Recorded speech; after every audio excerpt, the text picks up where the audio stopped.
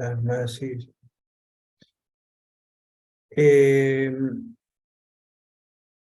¿Alguien puede describir esto?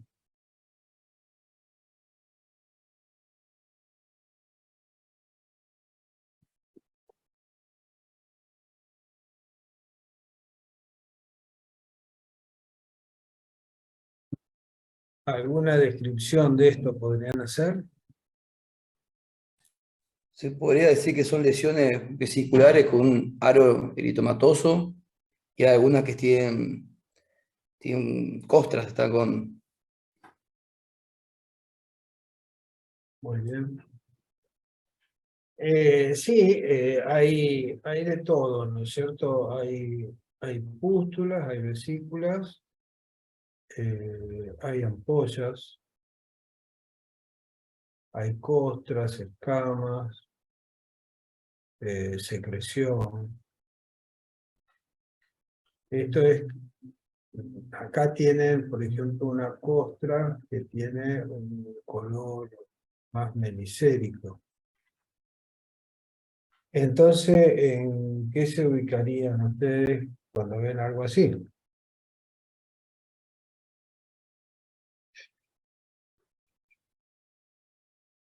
Puede ser, profe, un tipo de miasis. No, una miasis no. Una impegitivación. Vos sabés que se cortó y no te escuché. O sea, un impétigo secundario sería. No me sale la palabra. Claro, sería un impétigo. Muy bien. Es decir, sería una piodermitis. Y dentro de la piodermitis, un impétigo porque tiene lesiones apoyares. Bien, la lesión elemental del impétigo es la ampolla. ¿Y por qué germen se produciría?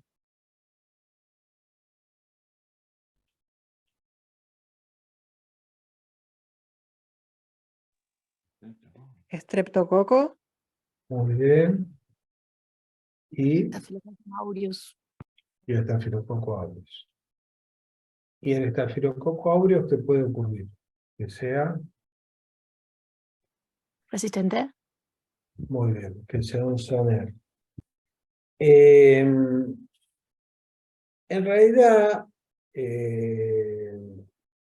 se puede hacer una punción, digamos, de la ampolla, entrar por sana, succionar y hacer el cultivo, pero en general lo que se hace es dar el tratamiento y si no responde se puede recurrir a una medicación ya para un germen resistente y se puede hacer un hisopado de la zona nasal para ver si hay colonias resistentes y también de las fauces. Pero en general se trata localmente y por vía oral en algunos casos como este que está florido, digamos. Y localmente, ¿qué le podrían hacer?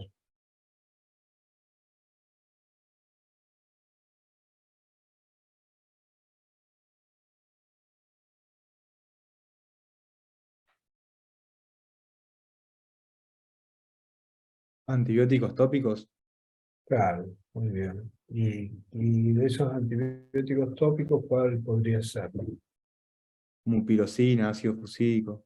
Claro, que son los que actúan contra los cocos. Muy bien. La mupirocina es la que menos resistencia ha presentado hasta el momento, pero ya hay, digamos, eh,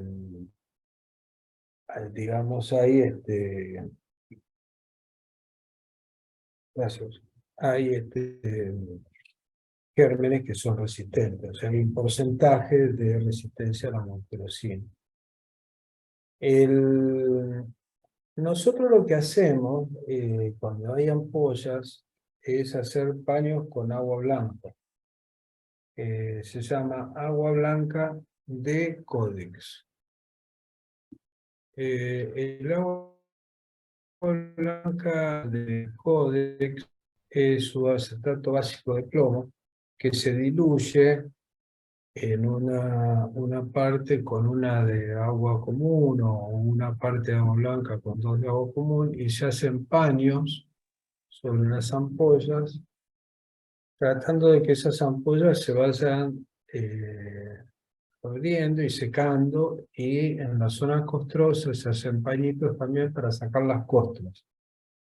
Eso parece una pavada, pero es muy importante para poder curar digamos, al impétigo, porque si no se hace un tratamiento local, no mejoran. Entonces, ustedes le hacen el tratamiento tópico con el agua blanca, le ponen un antibiótico tópico, y en este caso, que es muy florido, se va a ligar un antibiótico por vía oral, que puede ser una cefalexina de primera, si ustedes creen que no es resistente. En esta paciente, mínimamente, yo le daría una clindamicina, 300 cada 8.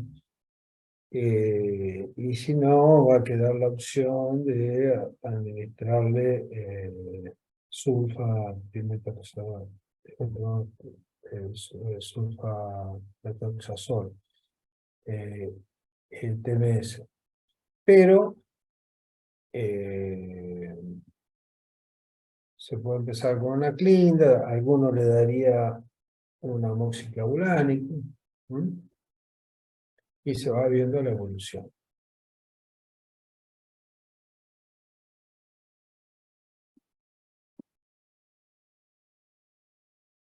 Esta es una paciente que ingresó con este cuadro muy extenso, que le afectaba la cara, con un edema. ¿Y estas lesiones qué te parecen? Son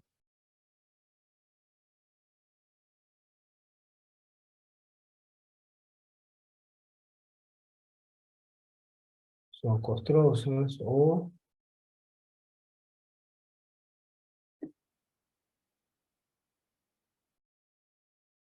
necróticas.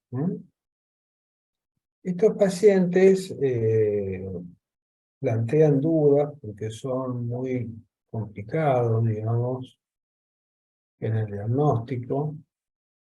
Ustedes saben que existe, si no saben, ahora se van a enterar, muchas veces existe hay personas que están inmunosuprimidas y hacen, por ejemplo, herpes diseminados, que pueden ser herpes simples diseminados, o y bueno, muchas veces es difícil diferenciarlo de piodermitis.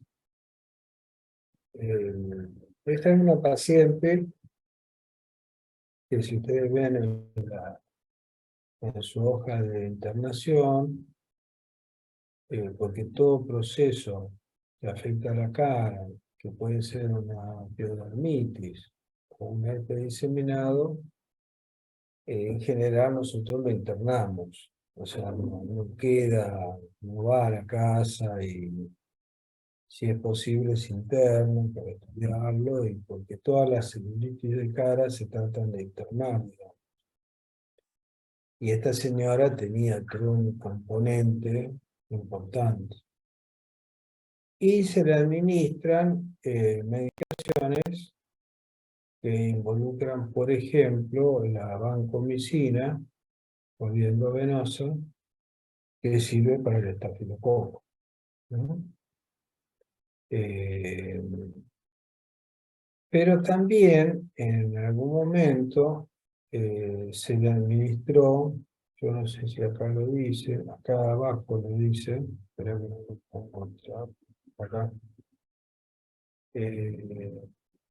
se le, creo que dice ahí, aciclovir.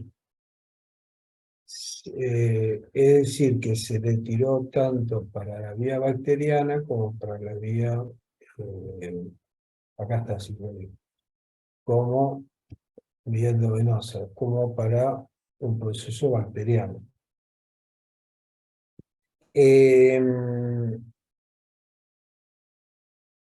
Y la paciente, luego de un tiempito de internación, ya prácticamente al alta, luego de la vancomicina, la paciente anda bien. Acá uno puede encontrar el virus del herpes, no va a encontrar el virus del herpes, sino que puede encontrar con un sitio diagnóstico, que sería un raspadito de la vesícula, de la pústula, de la zona necrótica del fondo, y lo ponen en un portaobjeto, y eso se lleva al laboratorio o anatomía patológica. Ellos pueden ver células compatibles con infección viral. Eso es posible, y puede ayudar mucho. También se puede hacer una PCR para diagnosticar herpes. Y las bacterias también se pueden ingresar, digamos, y obtener material para cultivo y antibiograma. Pero en general estos pacientes se los interna y se los trata rápidamente porque generalmente tienen dolor, se encuentran mal y se pueden complicar. ¿Alguna pregunta?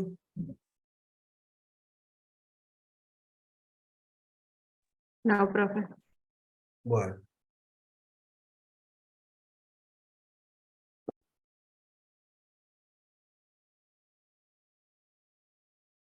¿Y acá qué ven?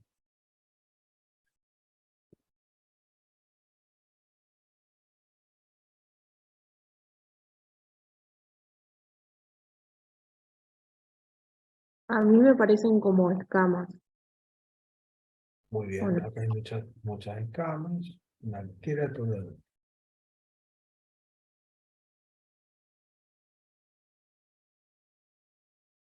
¿Y qué más ven?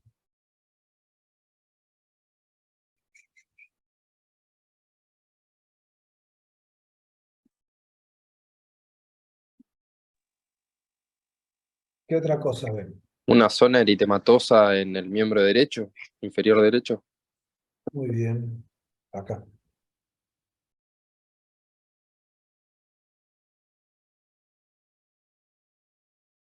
Y tiene la piel arrugada, ¿no? Tiene como una piel con surcos marcados. ¿Y esto qué es?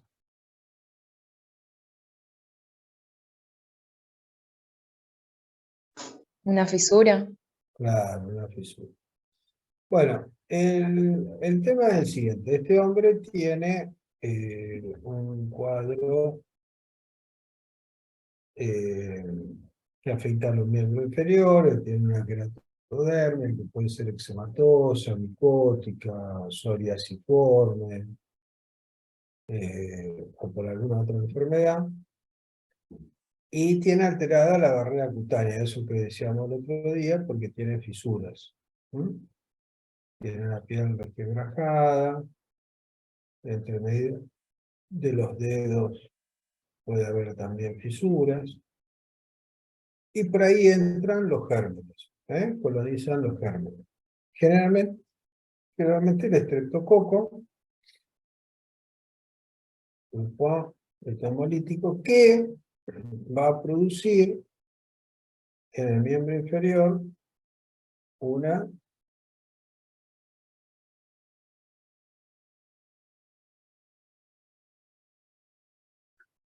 erisipela.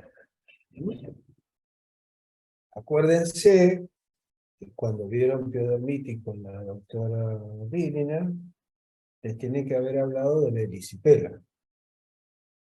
Proceso placa, inflamatorio, febril,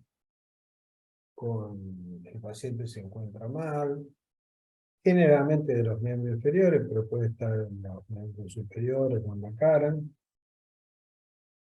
Y es una placa que está bien marcada. Acá lo que pasó es que esta placa está en vías de curación. Entonces, cuando va curando, se va desinflamando y va marcando, digamos, las pliegues de la piel. Si no, esto estaría tenso, rojo, con los límites bien marcados de la placa. Si esto fuera de reciente comienzo, y no tuvieron unos 10 días de evolución después de recibir antibiótico, podría pensar que es una celulitis, porque la celulitis infecciosa también, que puede ser por estrepto o estafilococo, en general tiene los bordes más difusos, no tiene, perdón, los límites más difusos, menos marcados, y porque es un compromiso más profundo, es del tejido celular subcutáneo y no de la dermis como es la erisipela. Entonces, para que ustedes se acuerden, la erisipela es un proceso por estreptococo, es una piodermitis eritematógena, el estrepto está acá y tiene una toxina eritematógena que genera todo este proceso que trae fiebre y lleva al paciente al reposo por 10 días más o menos. ¿Alguna pregunta?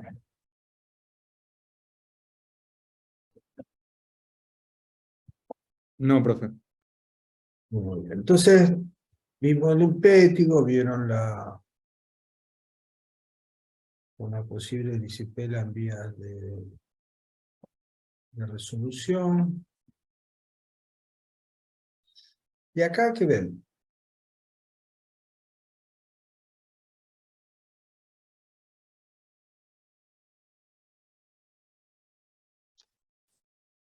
Hay como varias cosas juntas, vesículas y costras, y eritematoso alrededor, o sea, ampollas.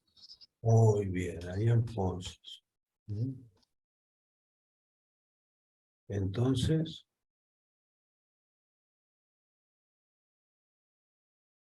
¿qué supones?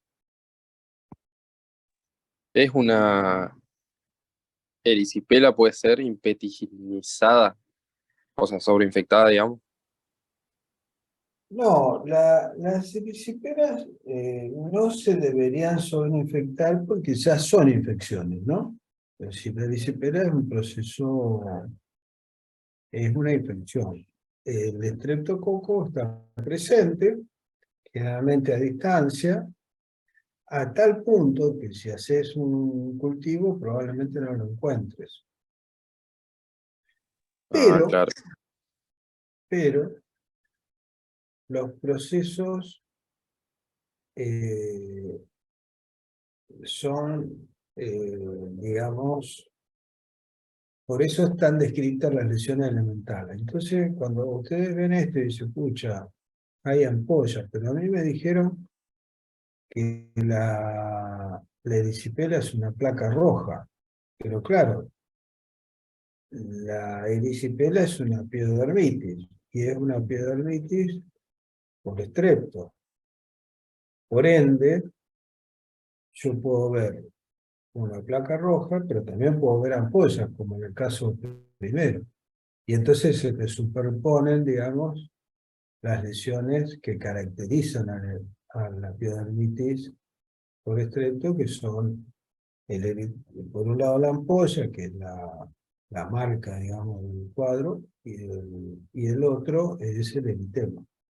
Entonces lo que tenés acá es una erisipela ampollada.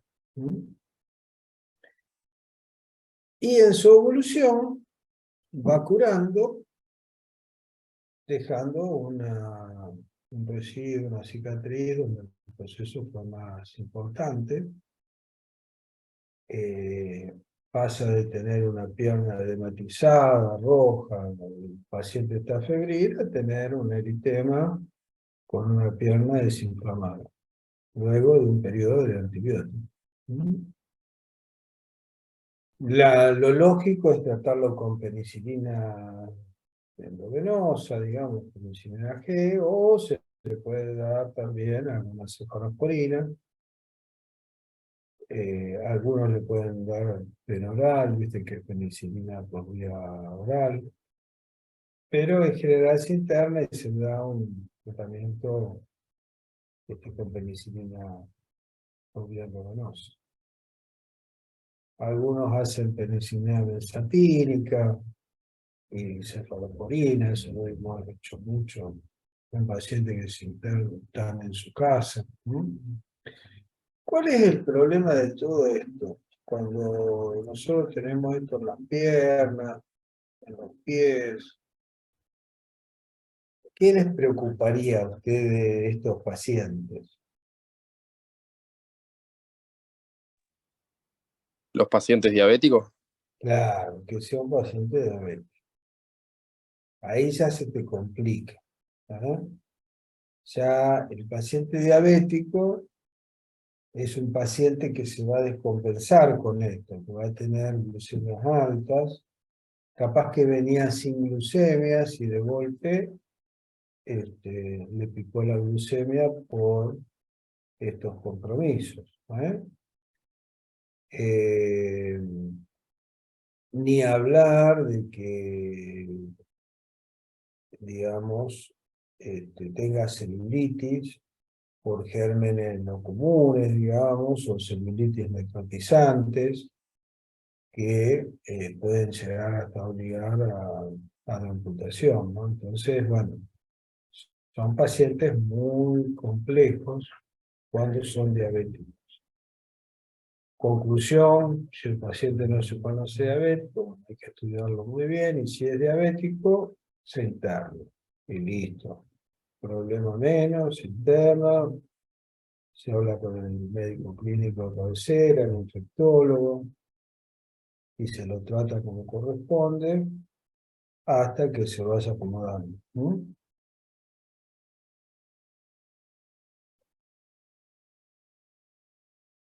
Bueno, ¿y acá qué tenemos?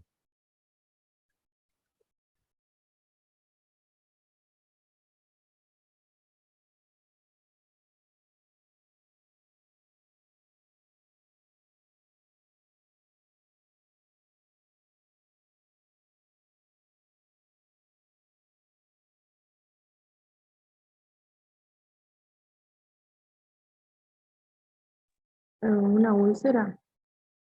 Muy bien, acá tenés una úlcera, perfecto. ¿Y acá?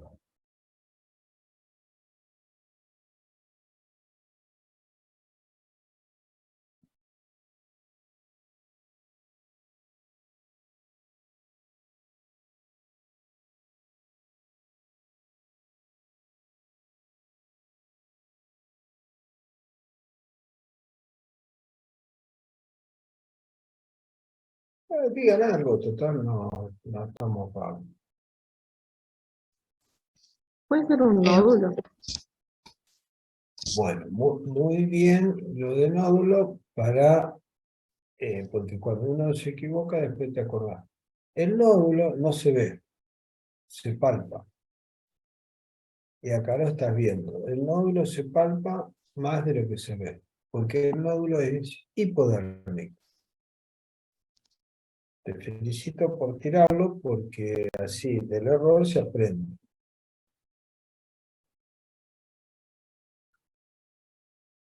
Entonces, no es un nódulo, ¿qué es? ¿Puede ser un forúnculo? Muy bien.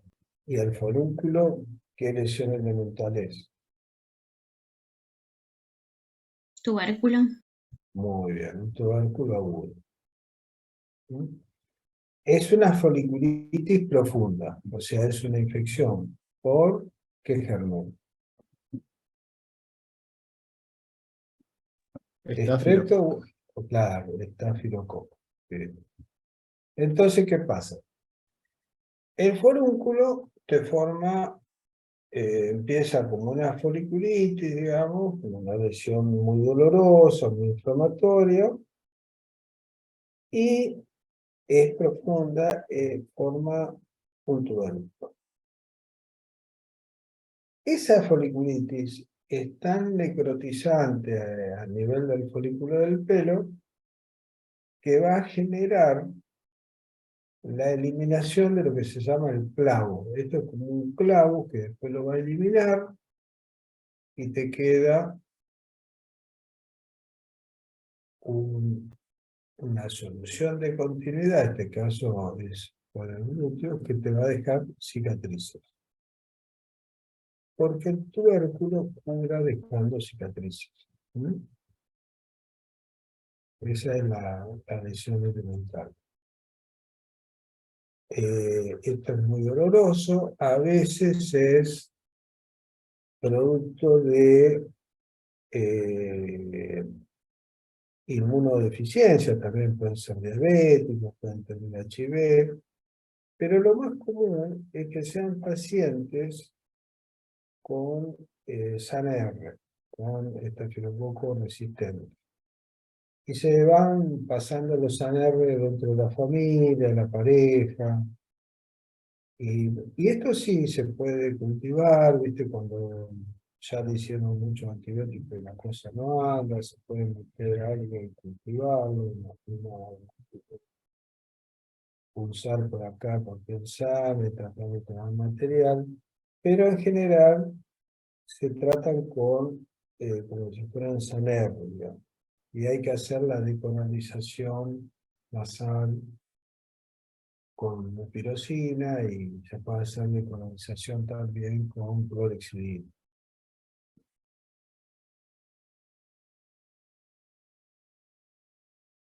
Y acá,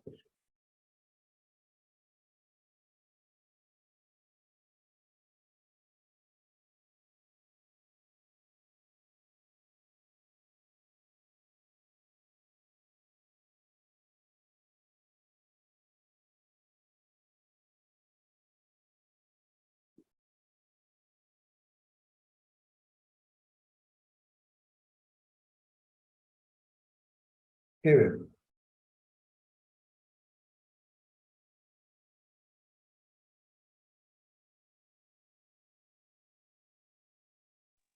Una lesión ulcerativa rodeada de un halo eritematoso, digamos.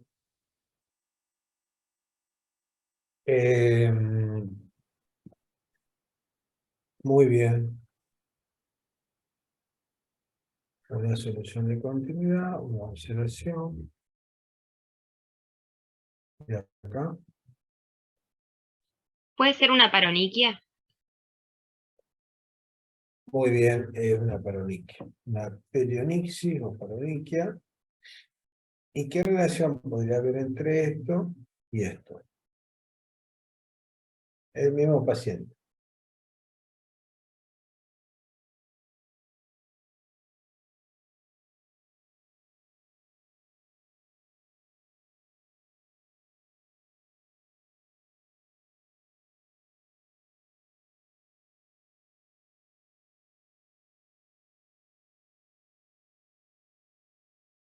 Bueno, en realidad las perionixis, que le llaman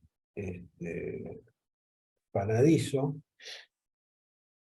o paroniquias, generalmente son infecciosas y puede estar el estafilococo metido acá. ¿Mm? Muchas veces generalmente son purulentas y drenan. Y esto pueden ser forúnculos que se abrieron. El mismo paciente tiene estafilococos en forma que se han diseminado, digamos. ¿Mm? Por eso hay una relación, cuando uno ve este tipo de cosas, puede pensar que está todo involucrado, que está involucrado el mismo germen. Pueden ser pacientes diabéticos, pueden ser pacientes etílicos, pueden ser pacientes con HIV, y se lo debe estudiar y tratar convenientemente. ¿No?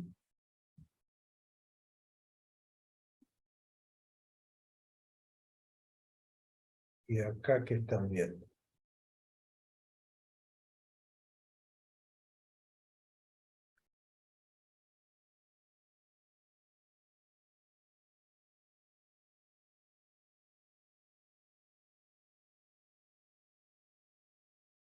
¿Pueden ser escamas y zonas necróticas? Bien, escama y zonas necróticas. ¿Y esto qué les parece que podría ser?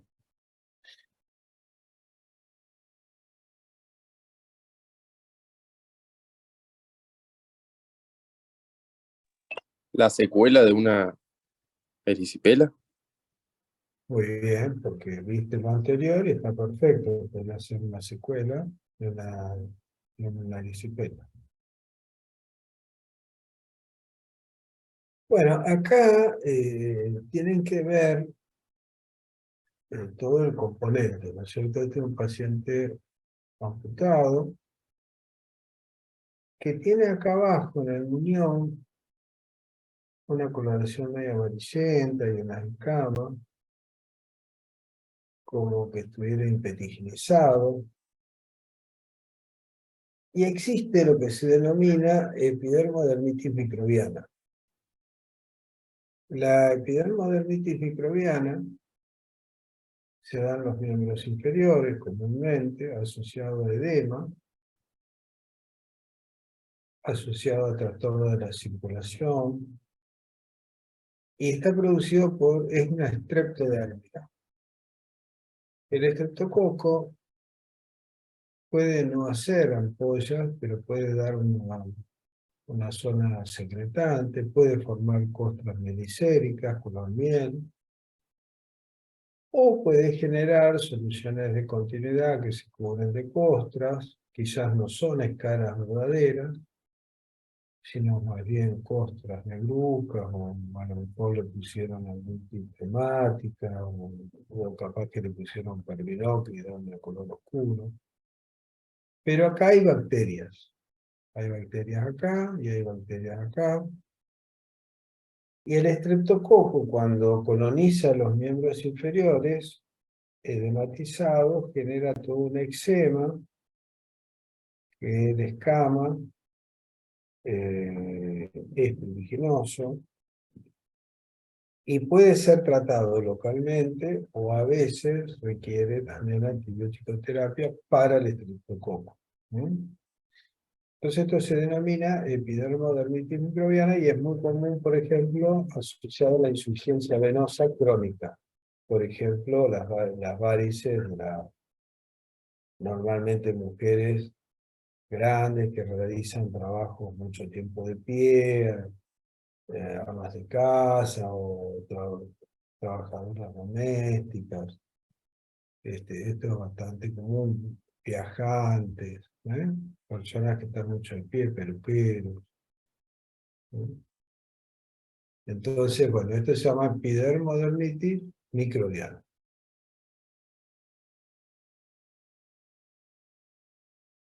Eso es otra forma de epidermitis. Y esta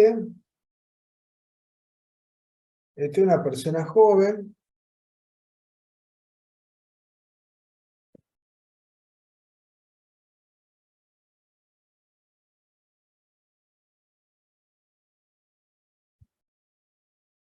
Esto le apareció hoy a la mañana.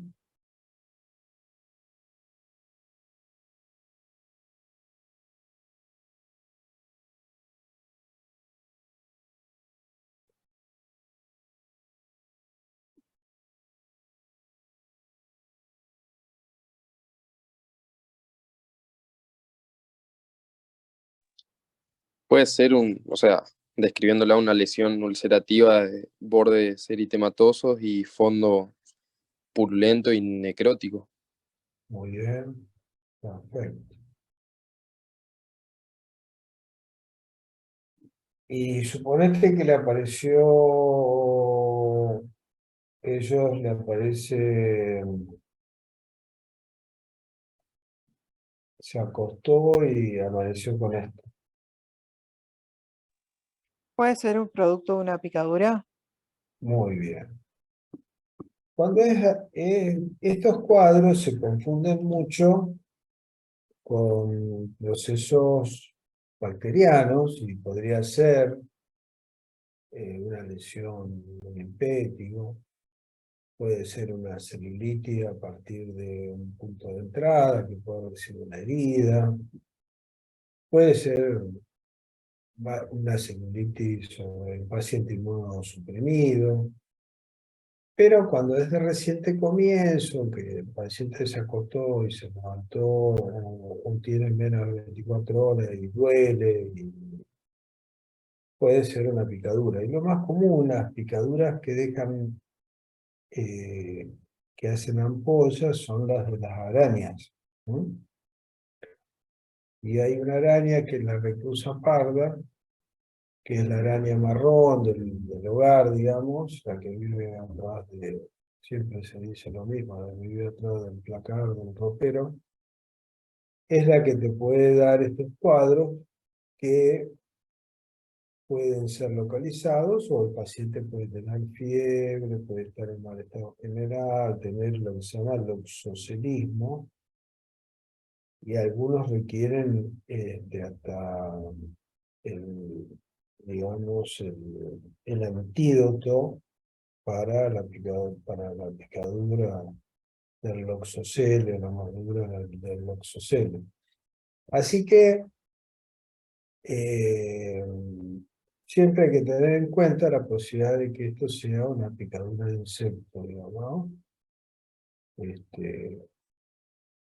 En general, la araña no te va a picar, digamos, por deporte, sino porque normalmente anda por ahí dando vueltas en el techo y se cae, y la ligás porque se asusta, digamos, ¿no? Bueno, ¿alguna pregunta? Profe, ¿cómo es el nombre de la araña? Loxoceles. Loxose, perdón, CELE, Loxoceles. Perfecto, gracias. Son las arañas pardas, digamos, las arañas marrones, que viven con nosotros, digamos, ¿no? Habitualmente. Bueno, ustedes vieron piodermitis nada más, ¿no? ¿O vieron micosis?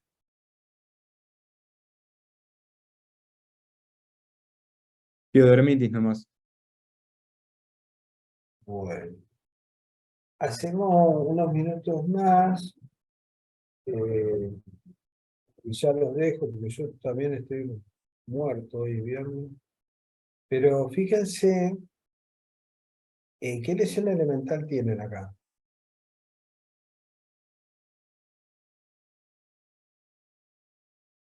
Máculas, Muy bien. ¿De color? hipocrómicas, parecería. Muy bien. Son hipocrómicas y acrómicas. Y acá hay unas máculas marrones. Fíjense, este color parece que es parecido a este,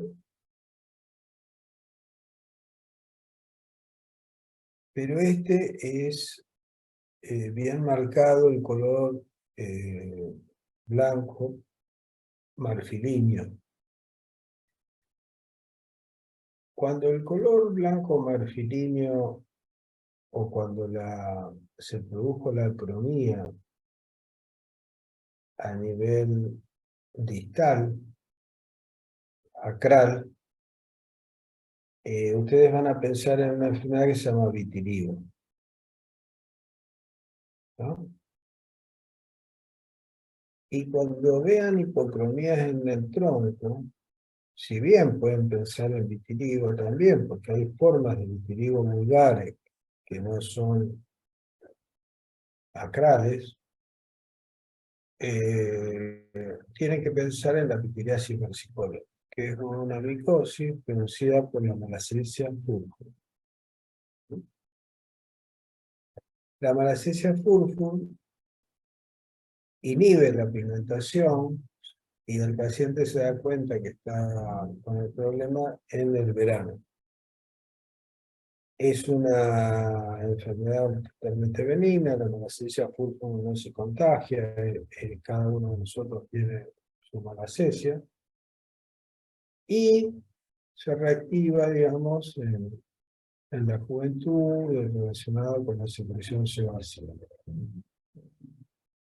Y descama, o sea, a uno le pasa el paciente se pasa la uña, o le pasa una cureta y descama, y este no descama, el vitiligo no descama.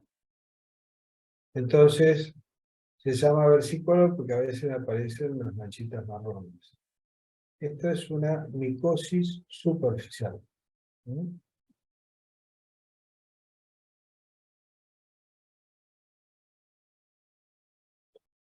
¿Y esto qué les parece que puede ser?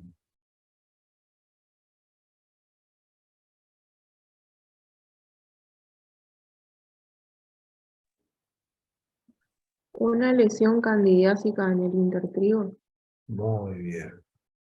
La cándida afecta el fondo del pliegue.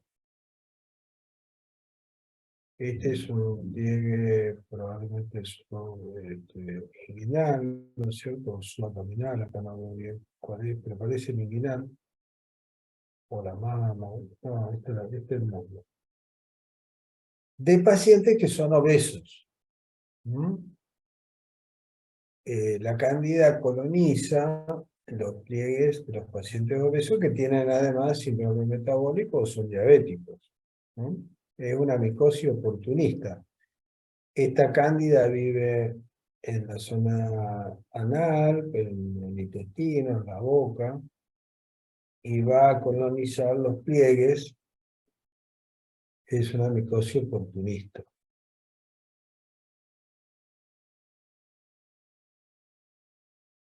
Esto es muy común de ver en el verano, en las mujeres, sobre todo con mamas péndulas grandes que mantienen la humedad, o en la ingle.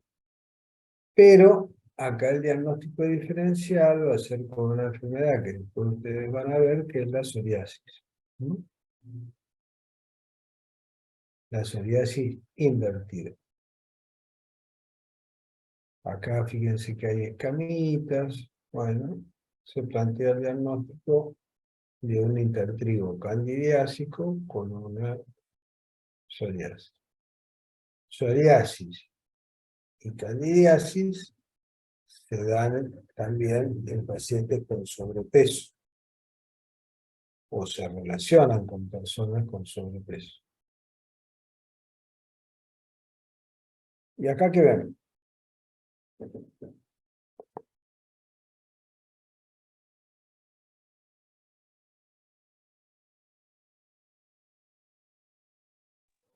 Candidiasis oral.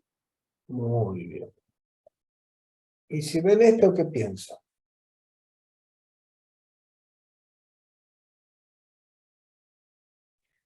Paciente inmunodeprimido. Muy bien. O sea, VIH positivo. claro. Esta es una de las manifestaciones más comunes de un SIDA con muy poquito CD4 dando vueltas, ¿no? Es lo primero que tienen que pensar, y está muy bien. Esto es lo que se denomina MUGET, es esa membrana que cubre la boca, la lengua. Es un diagnóstico de HIV. La cándida también puede colonizar la uña de abajo y dar una uña verdosa y separar la uña, o asociarse con perionixis por cándida y mixta. Normalmente estas personas lavan mucho, tienen mucho la mano en el agua. El pliegue se separa y la cándida se mete ahí abajo, se mete en bacterias y hacen perionixis. Diagnóstico diferencial también con la psoriasis.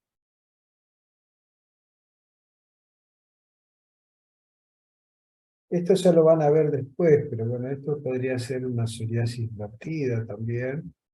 Y ahí entra el diagnóstico de lo que podría ser un intertrigo candidiásico, pero fíjense que el pliegue en el fondo no está afectado. Y sí tiene un eritema con escamas alrededor. Entonces, ahí ya pensamos en una enfermedad eritematoescamosa. Esto también es muy raro, la cándida en una axila. Esto puede ser una alergia por desodorantes, más que nada. Y también se puede pensar en una psoriasis invertida, ¿no? La psoriasis invertida puede estar relacionada también con el SIDA. Y esto definitivamente es una psoriasis invertida y no una micosis superficial, como una cándida, ¿no? Son placas eritematosas, no tan escamosas, simétricas, bien marcadas. Esto también es psoriasis, eritema y escamas. Después ustedes van a ir viendo esto un poquito. Y acá a ver si alguien sabe, se ubica con esto.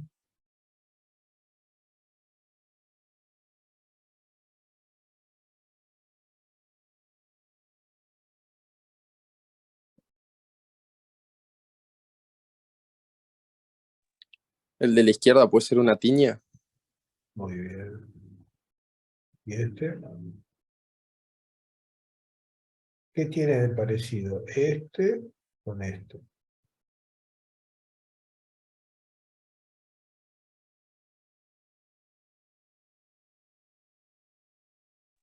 La delimitación y las costras. Claro, tiene bien un borde bien marcado, y acá tiene un borde que asciende bien marcado, tiene escamas, y son dos tiñas, una tiña de la ingle y una tiña pedis. ¿Por qué hongo? ¿Por la cándida?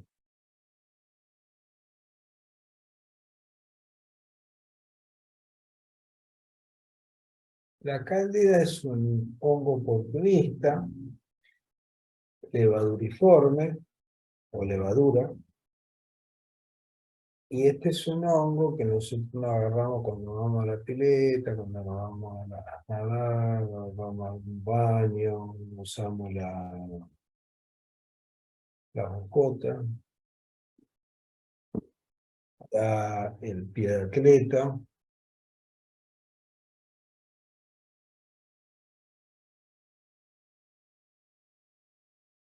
Estos son hongos filamentosos, no son hongos, no son levaduras, no son oportunistas, sino que son hongos que colonizan el cuerpo a partir de una fuente externa, digamos, que serían los tricofitos o los epidermofritos, ¿no? Fíjense que acá los hongos filamentosos van haciendo una extensión, van creciendo por los bordes, ¿eh? Entonces, cuando estudian las micosis superficiales, van a estudiar las oportunistas, que son la cándida, las levaduras, que también son la Malassezia furfur, y los filamentosos, que serían los tricofitos, o los epidermofritos. Este paciente se rasca, acá sí agrega una piodermitis sobre una micosis. ¿no? Siempre en estas micosis tienen que buscar el borde para darse cuenta que tienen una micosis. ¿Ves? Siempre tiene un borde. Estas son micosis muy extensas. Este puede ser el paciente que vimos recién, en otro momento, con un borde muy extenso. Cuando ven esto así, fuera de la lógica, pensar en inmunosupresión, ¿no?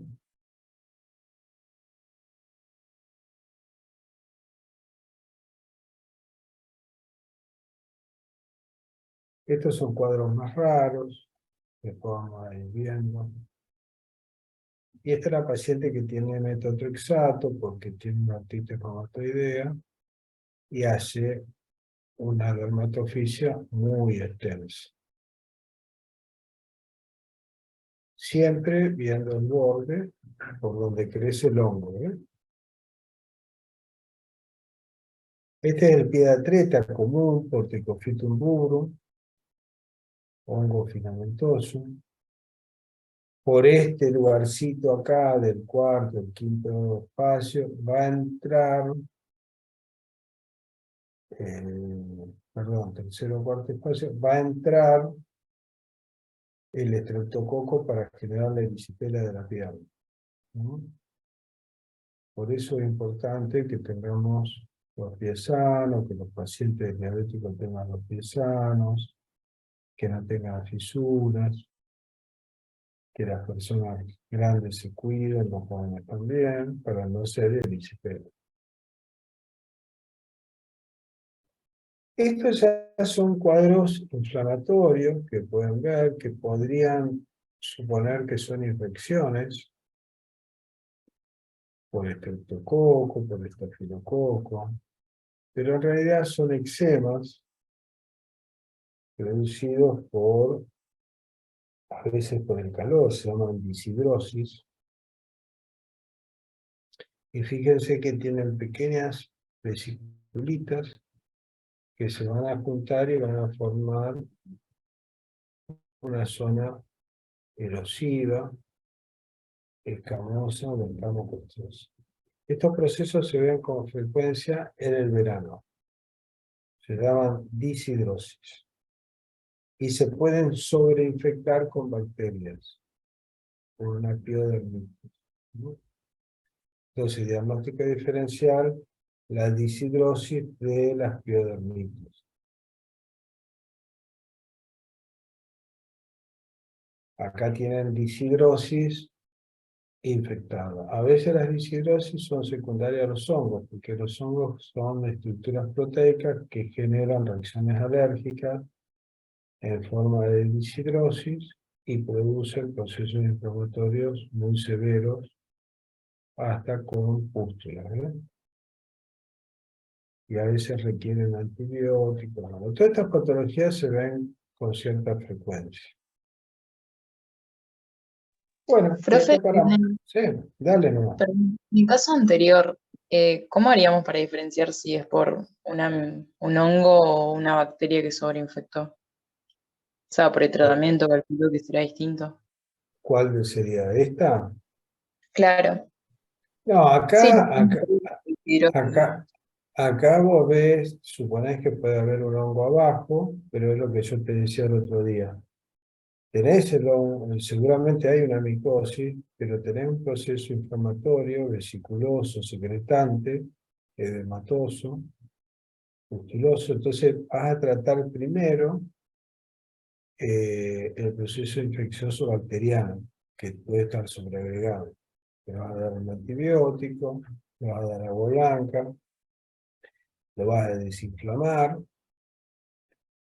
después le vas a dar un antihistamínico porque probablemente tenga prurito, además del dolor, molestias, y después te vas a abocar a tratar la micosis que puede estar entre los dedos, que podría estar generando todo este cuadro, pero en segundo término. Es como el piojo que te dio el eczema, o la sarna que te dio el eczema, tratás primero el eczema y después el ácaro. Y acá tratás el proceso bacteriano, desinflamás, y después te va a buscar a tratar el hongo. Que generalmente está metido ahí, digamos. Que Está, puede ser gracias. no, no, bueno, paramos acá. Pregunta.